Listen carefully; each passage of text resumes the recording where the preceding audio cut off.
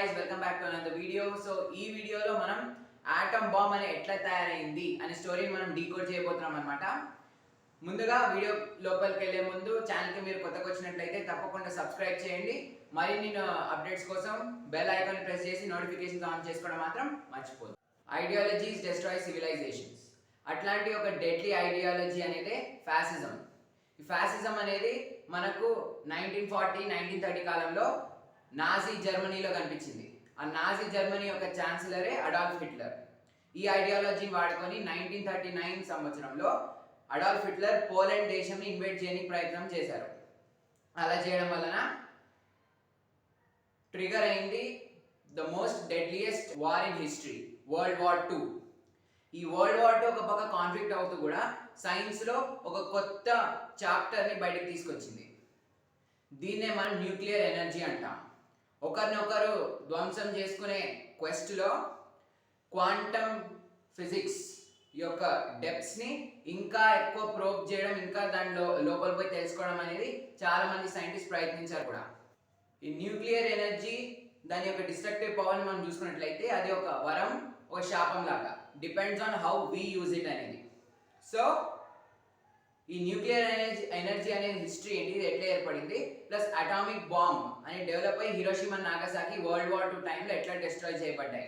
మన story goes back to 1789 అన్నమాట. ఆ సంవత్సరంలో జర్మన్ కెమిస్ట్ అయిన మార్టిన్ హైన్రిక్ క్లాప్రాత్ అనేట ఆయన పిచ్ బ్లెండ్ ఓర్లో యురేనియం కనుక్కున్నారు. యురేనియం అనే పేరు ఎట్లా వచ్చిందంటే దాన్ని యురేనస్ ప్లానెట్ తర్వాత నేమ్ చేయడం జరిగింది. యురేనియం కనుక్కున్న 8 సంవత్సరాల క్రితం, 8 years బ్యాక్, యురేనస్ ప్లానెట్ని కనుక్కోవడం కూడా జరిగింది. సో దాన్ని యురేనియంగా పేరొందారు. ఫాస్ట్ ఫార్వర్డ్ చేస్తే మనం 1905 సంవత్సరంకి వెళ్తున్నాం.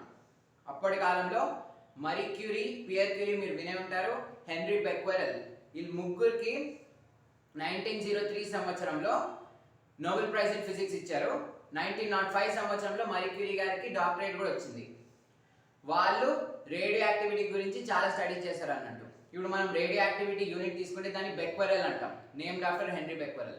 సో ఇట్లా రేడియో యాక్టివిటీ అంటే ఏంటిది, వాళ్ళు ఈ అన్స్టేబుల్ ఆటమ్స్, వాళ్ళు ఆటమ్స్ రీసెర్చ్ చేసేటప్పుడు అన్స్టేబుల్గా కొన్ని పార్టికల్స్ ఉన్నాయి, వాటిలో ఎక్కువ ప్రోబ్ చేయడం జరిగింది మరీ క్యూరీ ఇంకా పియర్ క్యూరీ వాళ్ళు.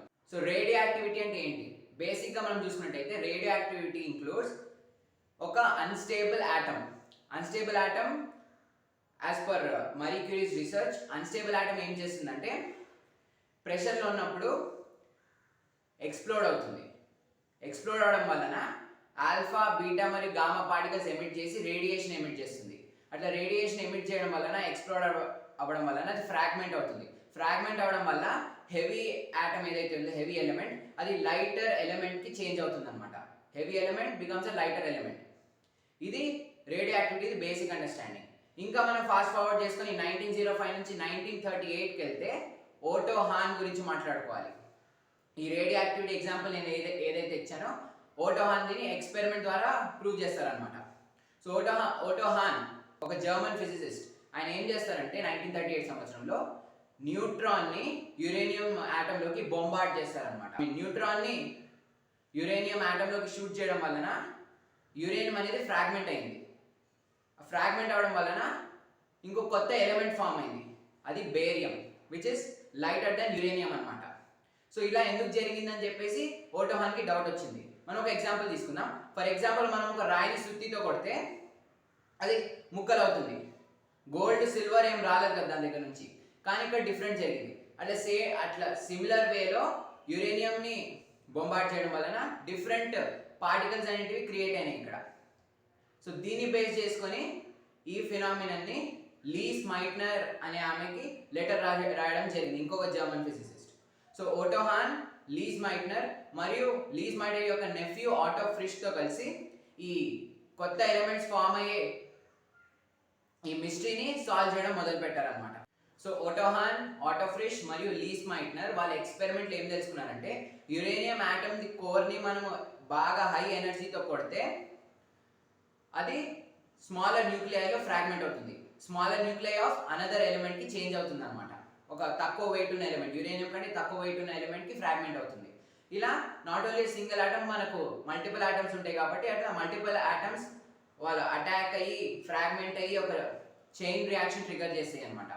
ఒక ఆటమ్ పోతే ఇంకో ఆటమ్ పోతుంది, ఇంకో ఆటమ్ పోతుంది, ఇంకో ఆటమ్ ఫ్రాగ్మెంట్ అవుతా ఉంటే ఇట్ ట్రిగర్స్ చైన్ రియాక్షన్ అని ఓటో హాన్ వాళ్ళు కనుక్కోవడం జరిగింది అనమాట.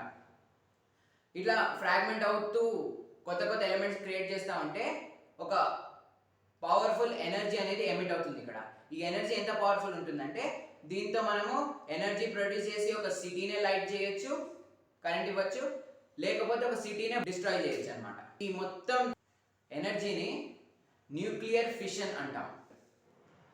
ఆల్రెడీ ఈ కాన్సెప్ట్ ని ఓటోహాన్ కనుక్కున్న కాన్సెప్ట్ ఎంత పాపులర్ అయినా వాళ్ళకంటే ముందు ఎన్రికో ఫెర్మి ఫాసిస్ట్ ఇటలీలో సేమ్ ఇట్లనే చేయడం జరిగింది. ఎన్రికో ఫెర్మి ఎందుకు ఫేమస్ అంటే he was the first person to build a nuclear reactor అనమాట.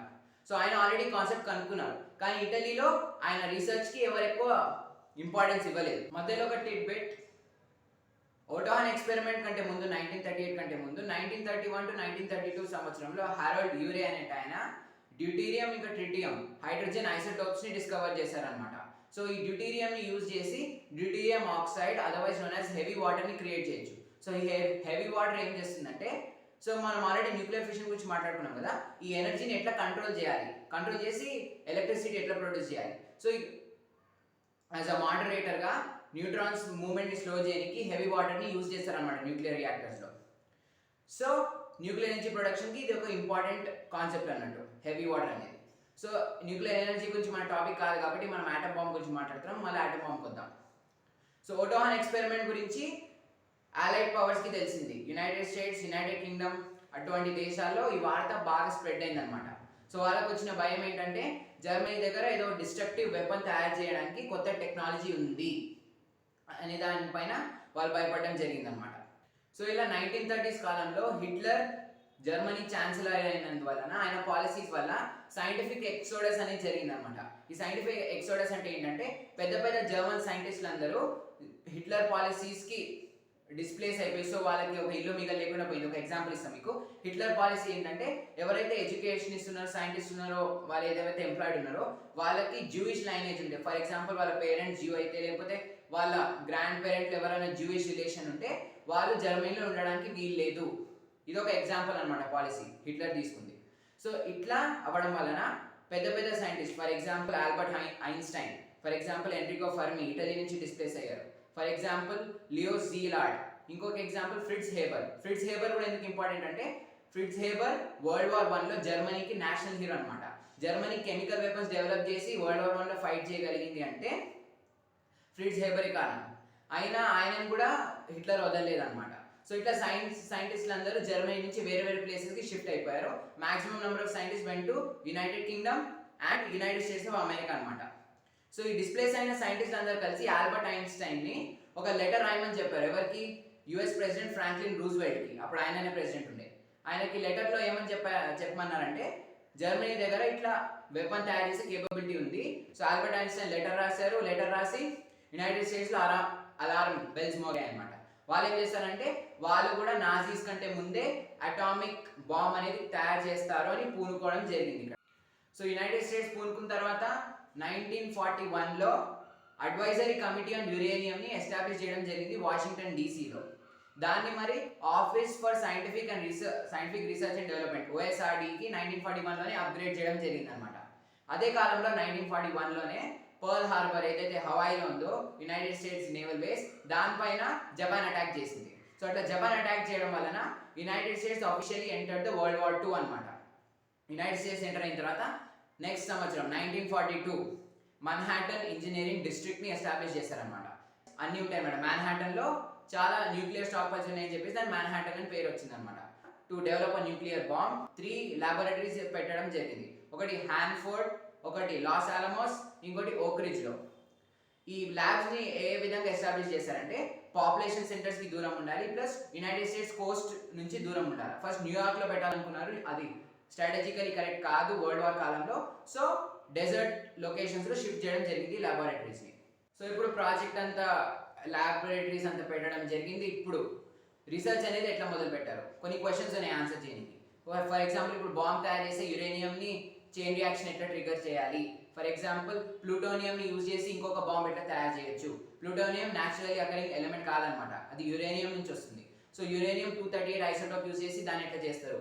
సో ఇవన్నీ క్వశ్చన్స్ ఆన్సర్ చేయడానికి వాళ్ళకి 2 ఏళ్ళు పట్టింది అనమాట, 1942 to 1944.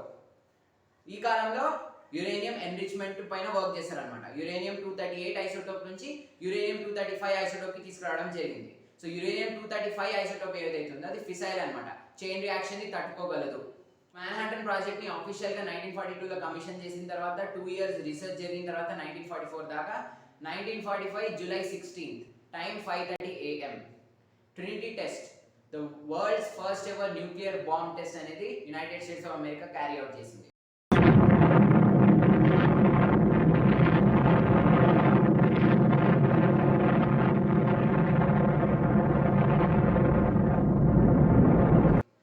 బ్లాస్ట్ ఎనర్జీ ఎంత ఉండేనో 15 to 20 కిలోటన్స్ ఆఫ్ TNTలో మెజర్ చేయడం జరిగింది. Enough to destroy a complete city. ఇది కేస్. ఇదైన తర్వాత ట్రినిటీ టెస్ట్ అయిన తర్వాత so most of the work happened in Los Alamos laboratory అనమాట. దాన్ని హెడ్ చేసిన ఆయన పేరు రాబర్ట్ ఓపెన్హైమర్. ఆయనని the father of the atomic bomb అని కూడా బిరుదిచ్చారు. ఇలా జరుగుతుండగా 2 బాంబ్స్ డెవలప్ చేసింది లాస్ అలమోస్. ఒక దాని పేరు లిటిల్ బాయ్, ఇంకో బాంబ్ పేరు ఫ్యాట్ మ్యాన్. ఈ 2 బాంబ్స్లో 2 కాన్సెప్ట్స్ ఉన్నాయి. ఫస్ట్ బాంబ్లో, లిటిల్ బాయ్ బాంబ్లో యురేనియం బుల్లెట్ కాన్సెప్ట్ యూజ్ చేశారనమాట. మేము ఇందాక మాట్లాడుకున్నాం కదా చైన్ రియాక్షన్ ఎట్లా ట్రిగర్ చేయాలని. సో ఆ బాంబ్ కాన్సెప్ట్ ఏముంటుందంటే దాంట్లో ఒక యురేనియం బుల్లెట్ని ఫ్యూల్లోకి ఇంజెక్ట్ చేశారనమాట బాంబ్ మెకానిజంలో. అది పేల్చిన తర్వాత అది యురేనియం ఆటమ్స్ని అటాక్ చేసి ఒక చైన్ రియాక్షన్ క్రియేట్ చేస్తుంది అనమాట. That is little boy bomb. ఇంకోటి ఫ్యాట్ మ్యాన్ వచ్చేసి యురేనియం కాకుండా ప్లూటోనియంతో తయారు చేశారు. సో ఈ ప్లూటోనియం ఏంటంటే ఇంప్లోజన్ టైప్ డివైస్ అనమాట. ఇది ఎట్లా వర్క్ అవుతుందంటే ఫర్ ఎగ్జాంపుల్ ఆ బాంబ్లో ఎక్స్ప్లోజివ్స్ ఉంటాయి అనమాట. నార్మల్ ఎక్స్ప్లోజివ్, డైనమైట్ అంటే ఎక్స్ప్లోజివ్స్ ఉంటాయి అనమాట. అవి ఆ యురేనియం, ఆ ప్లూటోనియం ఫ్యూయల్ ఏదైతే ఉందో ఆ బాంబ్లో దాన్ని ట్రిగర్ చేసి బ్లాస్ట్ క్రియేట్ చేస్తుంది, ఇంప్లోజన్. దాని లోపల అయిపోయి it's going to give out fission reaction. Franklin Roosevelt చనిపోయిన తర్వాత ఏప్రిల్ 1945లో హ్యారీ ట్రూమన్ ఫ్రాంక్లిన్ రూజ్వెల్ట్ నుంచి ప్రెసిడెన్షిప్ తీసుకున్నారనమాట. So Harry Truman became the 33rd president of the United States of America. So ఆయన ప్రెసిడెన్షిప్ తీసుకున్న తర్వాత ఆయన ప్రెసిడెంట్ అయిన 3 నెలల తర్వాత జూలై 1945లో ఈ టెస్ట్ జరిగింది, ట్రినిటీ టెస్ట్. 16 జూలై 26 జూలై 1945 రోజు ఏమైందంటే పాట్స్డామ్ కాన్ఫరెన్స్ అనేది అయింది. ఈ పాట్స్డామ్ కాన్ఫరెన్స్లో ఒక డెక్లరేషన్ తీసుకొచ్చారు. ఏమైందంటే జర్మనీ డిఫీట్ చేస్తారు, ఇది అయిపోయింది, హిట్లర్ సూసైడ్ చేసుకున్నాడు, అదంతా అయిందనమాట. జపాన్ ఇంకా సరెండర్ అవ్వలేదు వరల్డ్ వార్ 2ని. సో ఆ డెక్లరేషన్లో జపాన్ని సరెండర్ అవ్వమని డిమాండ్ చేస్తూ డెక్లరేషన్ పాస్ చేస్తారు. ఒకవేళ సరెండర్ అవ్వకపోతే కాన్సిక్వెన్సెస్ చాలా బ్యాడ్గా ఉంటాయి, చాలా డేంజరస్గా ఉంటాయని చెప్పి వార్నింగ్స్ పంపించారు. జపాన్ నేను సరెండర్ అవ్వాలని చెప్పేసింది అనమాట, ఒప్పుకోలేదు. సో హ్యారీ ట్రూమన్ వేరే ఆప్షన్ చూడలేక లిటిల్ బాయ్ బాంబ్ని అండ్ ఫ్యాట్ మ్యాన్ బాంబ్ని జపాన్ పైన వేయమని ఆథరైజ్ చేశారనమాట. సో దీన్ని ఇనిషియేట్ చేసిన తర్వాత 6th August 1949 ఒక B-29 super fortress bomber plane nicknamed Enola Gay, ఈ ప్లేన్ హిరోషిమా పైన పోయి లిటిల్ బాయ్ బాంబ్ డ్రాప్ చేసింది అనమాట 6th August రోజు. Which surprised us, and then we realized one of them was a reflection from the ground. And then we dashed over to look out this little porthole, and I took the pictures of the Hiroshima cloud. His film is a unique record. The only moving images of the Hiroshima bomb. So ఈ bomb జరిగిన తర్వాత జపాన్కి మళ్ళీ warning పంపారనమాట, war surrender చేయండి. Japan మళ్ళీ ఒప్పుకోలేదు. వేరే option చూడక fat Man బాంబ్ని తీసుకొని జపాన్ మీదకి బాక్స్ కార్ అనే B-29 ప్లేన్ వెళ్ళింది. యాక్చువల్గా వాళ్ళు నాగసాకి కాకుండా కోకురా అనే సిటీ పైన డ్రాప్ చేయాలి, హిరోషిమా దగ్గరలో ఉంటుంది. సో ఆ సిటీ పైన అంత మబ్బులు ఉన్నాయి, ఏం లేదు కాబట్టి, కనిపించలేదు కాబట్టి ఫ్యూల్ కూడా అయిపోతుంది ప్లేన్లో. సో అది తీసుకొని దే వెంట్ టు నాగసాకిలో ఫ్యూల్ లేదు, ఎట్లొకళ్ళు ఎమర్జెన్సీ సిచ్యువేషన్లో ఉన్నామో తొందరగా బాంబ్ డ్రాప్ చేశారని చెప్పేసి నాగసాకి సిటీకి కొంచెం అవతల ఒక వ్యాలీలో పడింది. అయిన డిస్ట్రక్షన్ మాత్రం ఎక్కువనే అయింది అనమాట. సో ఇట్లా అంత అయిన తర్వాత 9th August 1945 రోజు నాగసాకి బాంబ్ బ్లాస్ట్ అయింది. సో నాగసాకి బాంబ్ అయిన తర్వాత ఫైనల్గా జపాన్ ముందుకు వచ్చి వరల్డ్ వార్ 2ని సరెండర్ చేసేసింది. వరల్డ్ వార్ 2 అఫీషియల్గా క్లోజ్ అయిపోయింది. హిరోషిమా మీద డ్రాప్ చేసిన బాంబ్ మరియు నాగసాకి మీద డ్రాప్ చేసిన bomb 15 kilotons and 21 kilotons of TNT. So similar to Trinity test ఎంత ఎనర్జీ రావాలో అంత ఎనర్జీ వదిలేసింది అనమాట. సో రిజల్ట్ ఏంటి, ఈ బాంబ్స్ డ్రాప్ చేయడం వలన ఈ 2 సిటీస్ కలిపితే 2 లక్షల మంది కంటే ఎక్కువ మంది చనిపోయారు. తర్వాత చాలా మంది ఇంజూర్ అయ్యారు, గాయపడ్డారు. చాలా మంది క్యాన్సర్ డెవలప్ చేసుకున్నారు ఆ రేడియేషన్ ఎక్స్పోజ్ అవడం వలన, అక్యూట్ రేడియేషన్ సిక్నెస్ అనేది.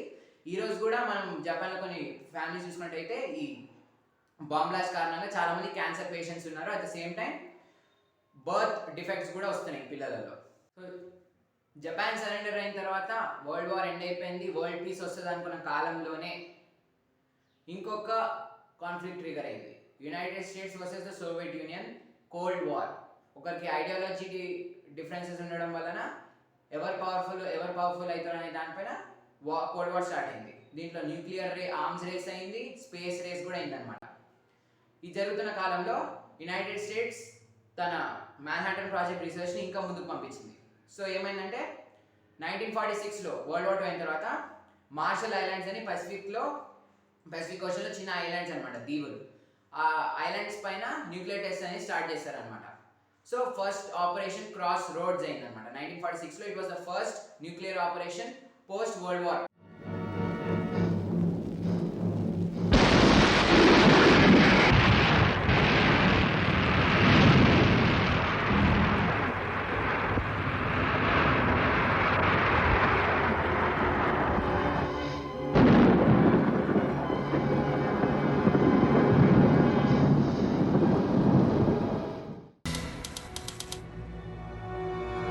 యునైటెడ్ స్టేట్స్ టెస్ట్ చేస్తా ఉంటే 1946 స్టార్ట్ అయింది. 1949 ఆగస్ట్ 29 రోజు Soviet Union same atomic bomb అనేది బ్లాస్ట్ చేసింది. Or so they believed. Same Fat Man bomb United States Nagasaki మీద ఎట్లేసిందో ఆ బాంబ్ కూడా సేమ్ అట్లనే ఉండే సోవియట్ యూనియన్ది. సో వాళ్ళ డౌట్ ఏమొచ్చిందంటే మన ల్యాబ్స్లో ఏమైనా స్పైస్ తిరుగుతున్నారా, వాళ్ళకేమైనా సీక్రెట్స్ అందిస్తున్నారా సోవియట్ వాళ్ళకని. సో స్పైస్ దొరికారు, వాళ్ళని అరెస్ట్ చేశారు. సో ఇట్లా న్యూక్లియర్ ఆర్మ్స్ రేస్ అనేది స్టార్ట్ అయింది అనమాట.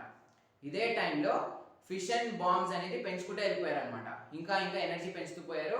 15 కిలోటన్స్ హిరోషిమా పైన పడిన బాంబు, దాన్ని 225 కిలోటన్స్ దాకా ఎనర్జీ పెంచారు అనమాట బాంబ్ది. సో 225 కిలోటన్స్ అనేది హిరోషిమా దానికంటే ఆల్మోస్ట్ 15 టైమ్స్ పవర్ఫుల్ అనమాట. అట్లాంటి బాంబ్ యూఎస్ఏ తయారు చేసింది. అది 1951, 52లో. అదే కాలంలో 1949 first time Soviet Union bomb పేల్చిన తర్వాత హైడ్రోజన్ బాంబ్ చేద్దామని కూడా ఒక పాయింట్ రేస్ అయింది అనమాట. హైడ్రోజన్ బాంబ్ అనేది థర్మోన్యూక్లియర్ రియాక్షన్ బేస్డ్ ఉంటుంది, న్యూక్లియర్ ఫ్యూజన్. మన సన్ పైన ఎట్లా హైడ్రోజన్ హీలియం రియాక్ట్ అయ్యి ఎంత హాట్ ఉంటుందో అట్లాంటి ఫైర్ బాల్ రియాక్షన్ అనేది మనం కెమికల్స్ వరకు తయారు చేద్దామని డాక్టర్ ఎడ్వర్డ్ టెల్లర్ని అపాయింట్ చేయడం జరిగింది, హ్యారీ ట్రూమన్. సో ఇట్లా ఫిషన్ బాంబ్స్ పెంచుతూ కొద్దీ ఎవరిది వాళ్ళు ప్రతాపం చూపించుకుంటున్నారు, టెస్ట్లు అయినాయి, అన్నీ. 1952 వచ్చేసరికి ఫైనల్గా థర్మోన్యూక్లియర్ రియాక్షన్తో ఒక బాంబ్ తయారు చేశారనమాట. ఈ థర్మోన్యూక్లియర్ హైడ్రోజన్ బాంబ్ ఎంత పెద్దగా ఉంటుందంటే హిరోషిమా కంటే 3000 టైమ్స్ పవర్ఫుల్ బాంబ్ అనమాట. మీరు అర్థం చేసుకోండి. 5, 4, 3, 2, 1, T0.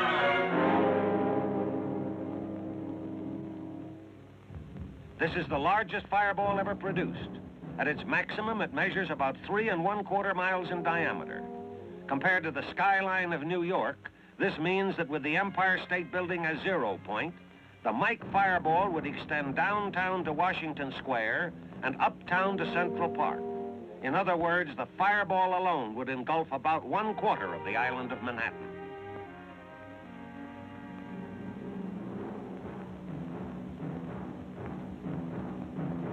The tremendous upsurge of air from the detonation rapidly pushes up the Mike cloud. Again, nothing of this height and width has ever before been witnessed.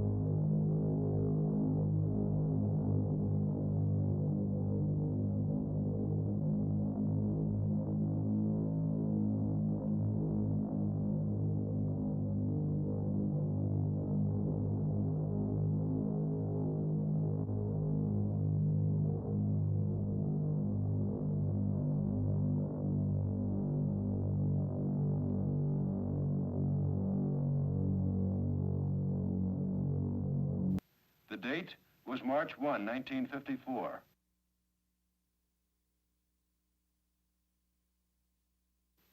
This photograph was taken from an airplane at 50 miles. The width of the fireball at this time, about 3 seconds after detonation, was 4 miles. The frame size of the picture is 6 by 8 miles.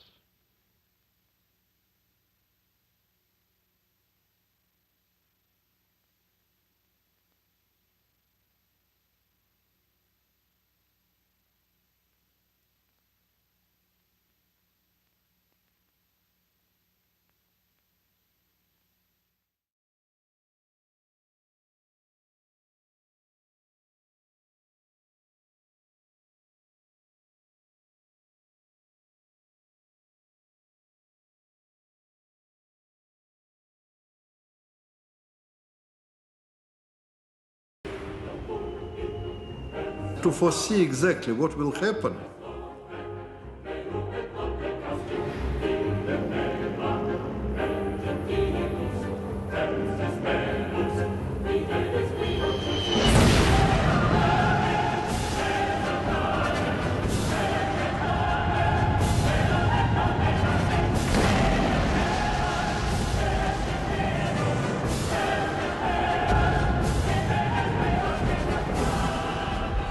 When the shock wave came to the airplane, an airplane fell down about a kilometer.